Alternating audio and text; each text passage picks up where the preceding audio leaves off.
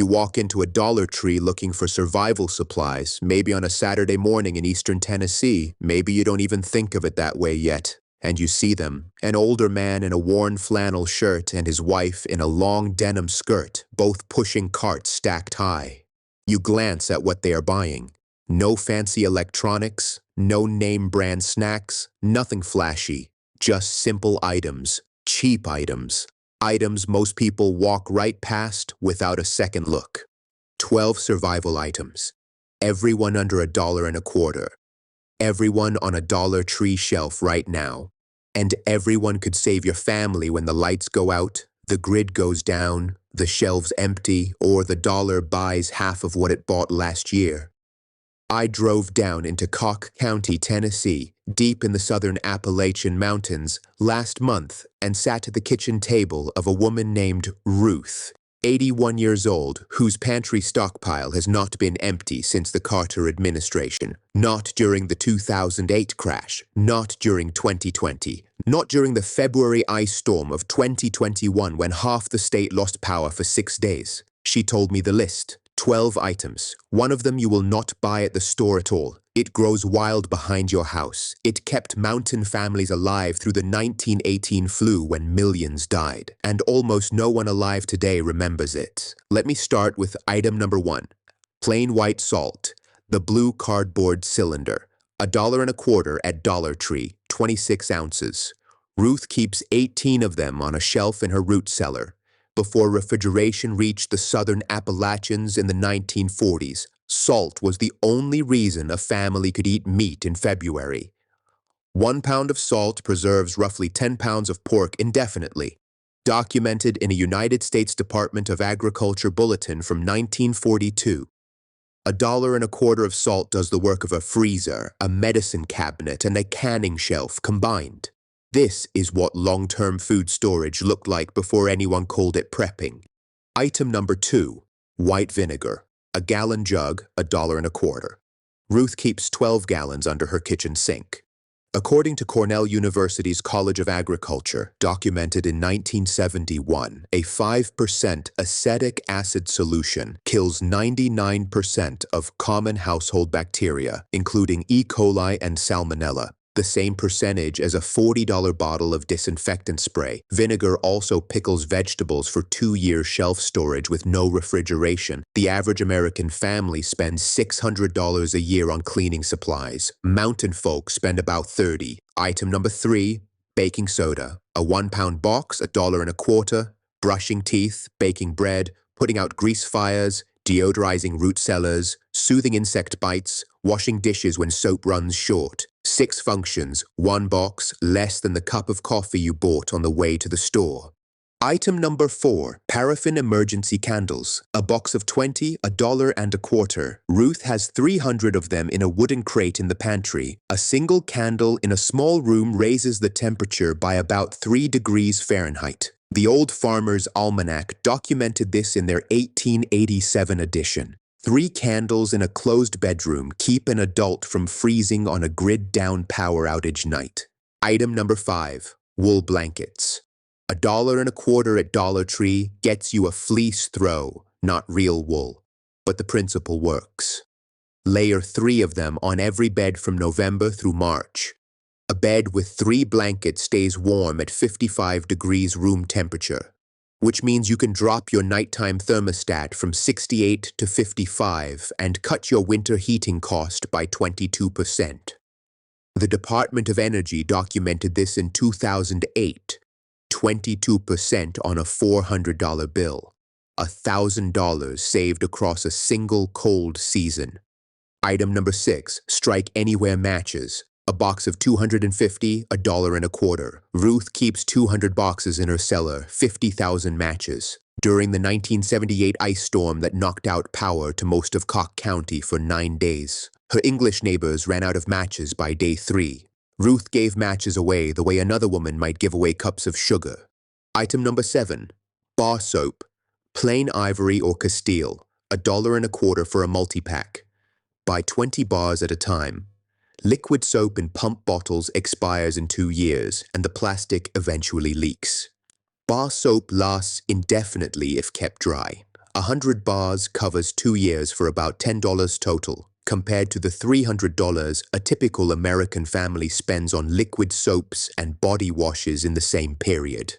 Item number 8, canning lids. A box of 12, $1.25. The flat metal discs with the rubber seal. The one part of home preservation that cannot be reused. The jars last forever, the rings last decades, the lids must be new. One thing worth mentioning here, when you are sealing your own food, proper technique matters. Botulism, Clostridium botulinum, is the reason home canning has rules. It cannot survive a proper seal and water bath. The lids are the last line of defense, which is exactly why Ruth buys them years in advance and never trusts an old one. During the canning shortage of 2020, when grocery stores were empty and lids were selling for $10 a dozen on the internet, mountain families were canning 400 jars of tomatoes without missing a beat. They had bought their lids in 2018, 2 years before anyone realized it would matter. Item number 9, cotton string. A ball of plain cotton twine, $1.25, used for tying tomato plants to stakes, hanging herbs to dry from rafters, mending torn sacks, replacing shoelaces, tying bundles of newspaper for kindling. Ruth keeps 10 balls. Cotton twine, like matches, is the kind of thing you do not realize you need until you cannot get it. Item number 10, raw honey. A small jar, $1.25 at Dollar Tree, gets you a 4-ounce jar of real honey, not the corn syrup blend. Archaeologists found edible honey in Egyptian tombs 3,000 years old. According to the University of Waikato, documented in 1991, raw honey applied to a small burn or cut accelerates healing because of its natural antibacterial properties. A teaspoon on a sore throat works better than most cough syrups. 1 jar, 3 uses, forever shelf life. Item number 11, kerosene. A glass lantern oil bottle, $1.25 for a small bottle. The Dollar Tree carries the lamp oil variety, combined with a hurricane lamp from a flea market for $10. You have light that does not depend on a single watt of electricity, lasts 40 hours per fill, and was the standard household light source in southern Appalachia from 1870 until rural electrification reached the haulers in the 1940s. Now, before the 12th item, the one you will not buy at the store at all. Everything I have been documenting across this channel, the cold storage, the roof, the fuel, the insulation, the walls, the engine, and the survival items, I have put into one place. Room by room, season by season. It is called the Mountain Vault. Link in the description. But stay here because item 12 is the one that changes everything. The 12th item is not on a Dollar Tree shelf. The 12th item grows wild. The 12th item costs nothing. And the 12th item kept mountain families alive through the influenza epidemic of 1918 when millions of other Americans died. FEMA will tell you to keep a 72-hour emergency kit as your go-bag baseline. Ruth's family never needed FEMA's list because they kept something older and better. And it grew right outside the back door. It is mullein, Verbascum thapsus, the tall yellow flowering weed that grows wild on every roadside in the eastern half of the United States, from the foothills of the Great Smoky Mountains to the Blue Ridge and beyond. Ruth showed me a small drawer in her cupboard with dozens of bundles of dried mullein leaves tied with cotton string.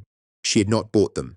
She had walked along the lane behind her house in late summer, picked the broad fuzzy leaves, hung them in her attic to dry, and bundled them for winter.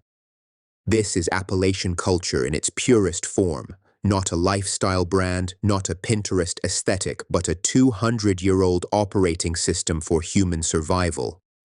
There is a document in the archives of the East Tennessee State University Folklife Collection, recorded in 1935 by a researcher named Hubert Bell, titled Folk Medicine of the Southern Appalachian Highlands. Bell recorded that mountain families across Tennessee, Kentucky, and western North Carolina used dried mullein leaves, mixed with a small amount of plain table salt and warmed in a cotton cloth, as a chest poultice for severe respiratory illness. Bell documented dozens of cases going back to the 1820s in which children and elderly people recovered from pneumonia within 48 hours of receiving the poultice. The mortality rate from respiratory illness in mountain communities was significantly lower than in surrounding towns, and the doctors of the time could not explain it. Modern science can. Mullein, verbascum thapsus, contains saponins and mucilage that act as natural expectorants.